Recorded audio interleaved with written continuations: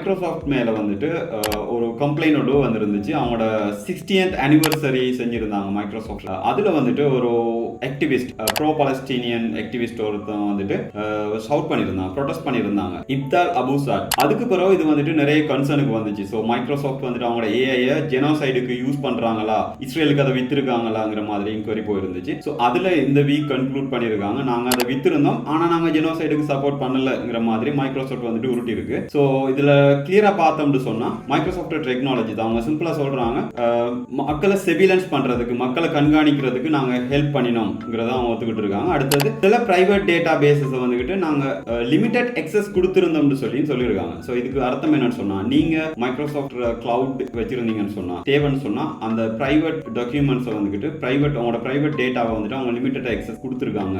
அதை எக்ஸஸ் பண்றதுக்கு, அதை என்ன வச்சிருக்கீங்கன்னு சொல்லி பாக்குறதுக்கு பெர்மிஷன் கொடுத்துருக்காங்கிற மாதிரி தான் இதுல மீனிங் வருது.